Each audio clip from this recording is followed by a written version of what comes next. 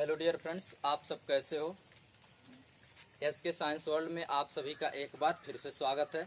आज के इस वीडियो में हम लेकर आए हैं प्रतिरोधों का संयोजन। कल हम ओम के नियम पढ़ाए थे कल के वीडियो में कि ओम बाय ओम्स लॉ होता क्या है या ओम के नियम क्या होते हैं।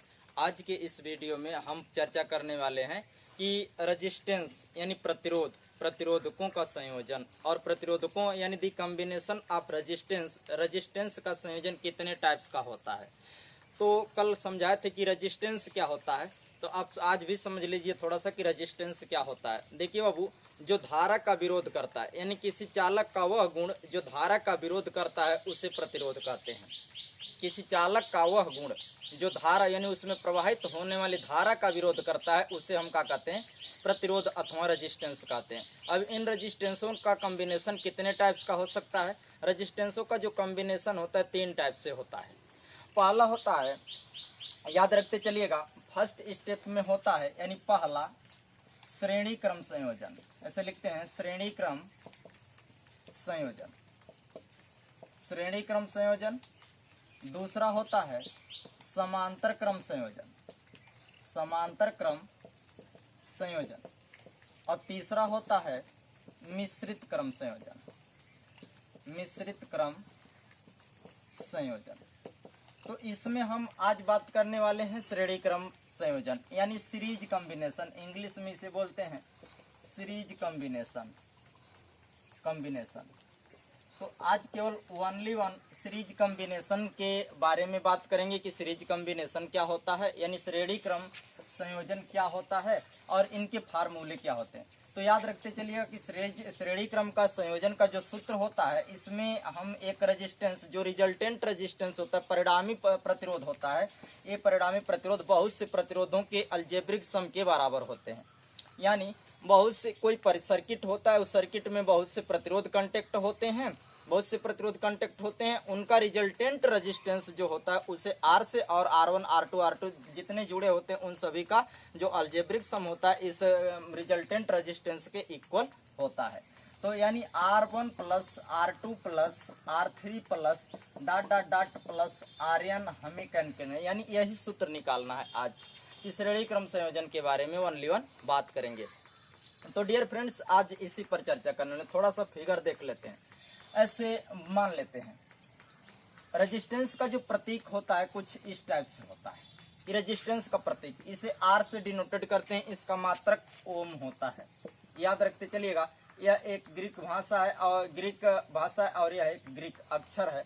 यह यानी ओम का प्रतीक इस तरह से होता है कि ओम का जो प्रतीक होता है यानी रेजिस्टेंस का मात्रक, प्रतिरोध का मात्रक ओम होता है और ओम का प्रतीक कुछ इन टाइप से होते हैं। तो याद करते रहिएगा कि जैसे माना कि बहुत से प्रतिरोध, ऐसे मान लिया कि यह एक प्रतिरोध है, यह एक प्रतिरोध है, यह एक प्रतिरोध है, यानी बहुत से प्रतिरोध किसी सर्किट में किन्हीं V वोल्ट की बैटरी के द्वारा, किन्हीं V वोल्ट की बैटरी के द्वारा बिंदु A और बिंदु B के बीच जुड़े हुए हैं। माना कि यह प्रतिरोध क्या R1, यह R2 है, यह R3 है, यह RN है, यानी बीच में हमने डॉट डॉट डॉट कर दिया और ये पॉइंट A है और यह पॉइंट B है। देखो बड़ा टर्मिनल क्या होता है, ये जो बैटरी है, बैटरी को हमने लिख दिया बैटरी, ऐसे लिख देते हैं बैटरी है, और ये कुंजी प्लग की होता है कि EY की होता है, और बैटरी का जो बड़ा टर्मिनल होता है प्लस होता है, जो छोटा होता है A माइनस होता है। तो ये देखते चलिएगा कि जब तक कुंजी में यह बिंदु, पहले समझिए कि जब तक कुंजी में यह बिंदु नहीं लगाए रहेंगे या पॉइंट नहीं दर्शाए रहेंगे तब तक इस सर्किट में, इस परिपथ में धारा प्रेरित नहीं होती है। जब ही हम पॉइंट ये लगा देते हैं तो समझ जाइएगा कि इस परिपथ में धारा प्रेरित होती है, ऐसा समझिएगा। तो रेजिस्टेंसों का जो संयोजन है, हम इसमें फर्स्ट स्टेप पढ़ रहे थे कि श्रेणी क्रम संयोजन यानी सीरीज कॉम्बिनेशन पढ़ रहे हैं, सीरीज कॉम्बिनेशन के बारे में चर्चा कर रहे हैं। तो आप याद रखते चलिएगा कि माना कि बहुत से प्रतिरोध R1 R2 R3 dot dot dot RN, ऐसे मान लिया कि किसी सर्किट में कोई परिपथ है, उस परिपथ में R1 R2 R3 R4 dot dot dot RN बहुत से प्रतिरोध हैं जो बिंदु A व बिंदु B के बीच जुड़े हुए हैं, बिंदु A व बिंदु B के बीच जुड़े हुए हैं।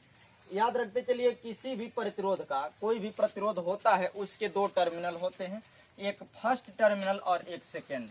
तो समझिएगा कि आप प्रतिरोध R1 का पहला टर्मिनल बिंदु A से और R1 का दूसरा टर्मिनल, यानी इस प्रतिरोध R1 होगा, R1 का पहला टर्मिनल का नाम 1 हुआ और इसका दूसरा टर्मिनल यहाँ 2 होगा, और इसका पहला टर्मिनल क्या होगा, 1 होगा, और इसका दूसरा टर्मिनल 2 होगा, इसका भी फर्स्ट फिर 2, यानी फर्स्ट सेकेंड, ऐसे होता चला जाएगा कि किसी भी प्रतिरोध का जो दो टर्मिनल होते हैं, एनीवन कोई सर्किट कोई प्रतिरोध होता है, उस प्रतिरोध के दो टर्मिनल होते हैं, पहला और दूसरा।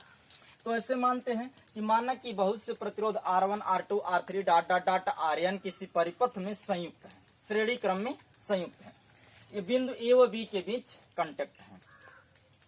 इन बिंदु A को बैटरी के धन सिरे से तथा बिंदु B को बैटरी के ऋण सिरे से संयुक्त कर दिया गया। फिर से समझिएगा, माना कि बहुत से प्रतिरोध R1, R2, R3 dot dot dot Rn किन्हीं परिपथ में बिंदु A व बिंदु B के बीच संयुक्त है। बिंदु A को किसी भी वोल्ट की बैटरी के धन टर्मिनल से तथा बिंदु B को किसी भी वोल्ट की बैटरी के ऋण टर्मिनल से कांटेक्ट कर दिया गया। जब हम कुंजी प्लग K को दबाते हैं तो इस परिपथ में धारा I प्रेरित होने लगती है। इस सर्किट में क्या प्रवाहित होने लगती है, धारा I प्रवाहित होने लगती है, यानी इस सर्किट में धारा I प्रवाहित होने लगती है, जो सभी प्रतिरोधों में एक समान रूप से, यानी श्रेणी क्रम में जुड़ा हुआ है तो एक समान रूप से प्रवाहित होगा ही, यानी सभी प्रतिरोधों में एक समान रूप से प्रवाहित होता है। यानी सभी प्रतिरोधों में हमने मान लिया कि इसमें धारा क्या जा रही है, I, इसमें सभी में धारा क्या हो रही है बाबू, I, सभी में धारा क्या हो रही है, I प्रवाहित हो रही है। लेकिन इनके बीच जो विभवांतर होता है, विभव जो होता है, वो अलग अलग होते हैं। फिर से सुनिएगा, जब हम कुंजी प्लग K को दबाते हैं तो V वोल्ट की बैटरी से इस परिपथ में धारा प्रेरित होने लगती है, यानी श्रेणी क्रम में जुड़े प्रतिरोधों में भी धारा प्रेरित होने लगती है, जिसमें सभी प्रतिरोधों में जो धारा I का परिमाण होता है एक समान होता है, लेकिन जो विभव होता है, हर प्रतिरोध में विभव जो होता है वह है अलग अलग होता है, V1, V2, V3, ऐसे में डॉट डॉट डॉट इनके बीच जो हमारा वोल्टेज होगा या विभव होगा वो सभी क्या होते हैं, डिफरेंट। फिर से समझ लीजिए एक बार कि कुंजी प्लग ऑन किए, बैटरी क्या दिया, धारा दिया, धारा I दिया, I सभी प्रतिरोधों में क्या हुआ, एक समान, और उसके साथ साथ जो वोल्टेज होता है ये क्या होता है, डिफरेंट। यानी प्रतिरोध डिफरेंट और वोल्टेज क्या होता है, डिफरेंट, बट करंट क्या होती है, इक्वल होती है। तब हम इनके समीकरण इसकी गणना कर सकते हैं कि R बराबर R1 plus R2 plus R3 dot dot dot Rn का कैलकुलेशन हम लोग कर सकते हैं। कैसे, देखो समझते चलते हैं। लिखते हैं बाई ओम, यानी ओम के नियम अनुसार, ऐसे लिख देते हैं बाबू, ओम के नियम से, ऐसे लिखते हैं ओम के नियम से। ओम का नियम हमने क्या कल पढ़ा था कि V बराबर I इंटू R, ऐसे पढ़ा था, V बराबर I इंटू R। लिख देते हैं ठीक इसी प्रकार, ठीक इसी प्रकार, ठीक इसी प्रकार सभी प्रतिरोधों के लिए, सभी प्रतिरोधों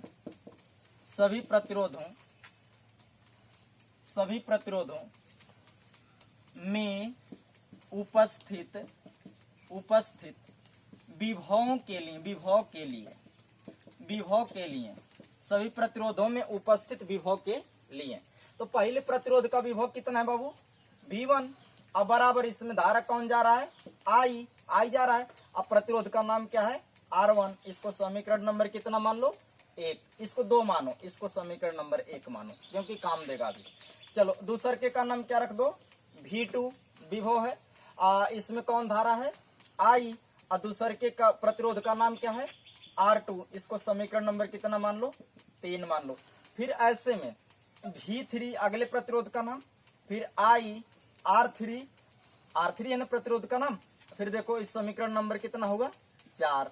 ऐसे में डॉट डॉट डॉट कर लो, dot dot dot dot dot dot कर लिए तो हो जाएगा Vn बराबर कितना हो जाएगा, I इंटू Rn, समीकरण नंबर क्या होगा, n। अब लिख देते हैं सभी समीकरणों का योग करने पर, ऐसे लिखते हैं बाबू, सभी, ऐसे लिख देते हैं सभी समीकरणों को जोड़ने पर, योग और जोड़ना एक ही बात होती है, जोड़ने पर, सभी समीकरणों को जोड़ने पर, सभी समीकरण को कैलकुलेट कर दो। तो जब सभी समीकरणों को हम कैलकुलेट करेंगे तो देखो ध्यान से, इधर का यानी इधर का पार्ट इधर जोड़ लो, v1 plus v2 plus v3 plus dot dot dot plus vn बराबर, इधर यानी इधर का पार्ट बराबर कि इधर का पार्ट हम एक तरफ जोड़ लिए और उसके दूसरे के पार्ट को हम एक तरफ जोड़ लिए। i r1 plus i r2 plus i r3 अब plus dot dot dot plus i rn ऐसे कंटेक्ट कर दिए। अब देखो अबू इसमें थोड़ा समझिएगा, v1 v2 v3 dot dot dot vn कितने वोल्ट की बैटरी से मिला है बाबू, खाली एक बैटरी है ना, कितने वोल्ट की बैटरी से, v वोल्ट की बैटरी से। चूंकि ऐसे करके लिख लीजिएगा, चूंकि v बराबर v1 plus v2 plus v3 plus dot dot dot plus vn किनके इक्वल है, v के इक्वल है। तब हम या करके ऐसे लिख देंगे इसको इस समीकरण के लिए कि इतना के जगह पे हमें कितना लिखना है, v लिखना है। तो v बराबर कितना हो जाएगा, इसमें i सब में कॉमन है, i कॉमन कर लो तो मिल जाएगा क्या, r1 plus r2 plus r3 plus dot dot dot plus rn ऐसा कंडीशन मिल जाएगा। अब देखो अबू चूंकि v समीकरण एक से, समीकरण एक कितना है, v की वैल्यू कितना है, i इंटू r। ध्यान से देखिएगा v की वैल्यू, इसको समीकरण नंबर कितना मान लो, मान लेते हैं कि समीकरण मत मानो, ऐसे लिखते हैं v का मान समीकरण एक से रखने पर, समीकरण एक से रखने पर, समीकरण एक से रखने पर, तो जब समीकरण एक से v का मान कितना है, i इंटू आर, इस v की जगह क्या लिख देंगे, i into r, i equal क्या हो गया, i, और फिर हो गया बाबू यह लिख लो कोष्टक वाला कि r1 plus r2 plus r3 plus dot dot dot plus rn। अब देखना क्या बाबू, i से i काट दीजिए, अब बचा क्या हमारा, r बराबर r1 अब plus r2 plus r3 plus r4 plus dot dot dot plus rn।